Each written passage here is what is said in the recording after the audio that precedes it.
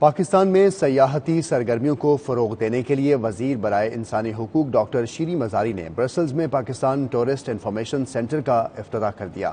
تقریب میں یورپی ٹورزم آپریٹرز اور میڈیا کے نمائندے بڑی تعداد میں شریک ہوئے۔ تفصیلات کے لیے دیکھتے ہیں برسلز سے ڈاکٹر محمد کامران کی رپورٹ۔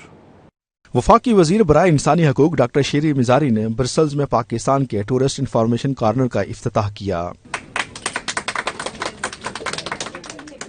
برسلز میں پاکستانی سفارتخانہ بیرون ممالک میں سے واحد سفارتخانہ ہے جس نے پاکستانی سیاحتی صلاحیتوں کے فروغ کے لیے یہ قدم اٹھایا۔ افتتاحی تقریب میں بیلجیم اور یورپ سے سینئر سیاستدان، اکیڈمک، سفری ٹریولز، ٹور آپریٹرز، میڈیا کے افراد، یورپی کمیشن کے حکام، ایکسٹرنل الیکشن سروس اور برسلز کے سفارتخانوں کے سفیر شریک ہوئے۔ تقریب سے خطاب کرتے ہوئے ڈاکٹر شیری مزاری کا کہنا تھا کہ آزاد ویزا پالیسی کے تحت اب شمالی حصوں کے کئی علاقوں میں سیاحوں کے سفر کو آسان بنا دیا گیا ہے، جبکہ ماضی میں سیاحوں کے لیے پاکستان کے سفر میں مشکلات درپیش تھیں۔ یہ بہت ایک بڑی سٹیپ لی ہے کہ ایک پورے آفس بلاک میں ٹرائبز وہ جو ہے اس میں ہنزا کی تھیم سے فرنیچر بھی ہے، کلرز ہنزا کے ہیں، تصویریں ہنزا کی ہیں، اور اب یہ جو ٹورزم انفارمیشن پوائنٹ انوگریٹ ہو رہی ہے، اس سے ظاہر ہے ایک سینٹرل پوائنٹ ہے جدھر سے جو بھی آنا چاہے پاکستان اس کو فیسیلیٹیٹ کرے گی۔ یہ تو میں سمجھتی ہوں یہ باقی ہماری جو ایمبیسیز ہیں، سفارت خانے ہیں دنیا میں، ان کو بھی یہ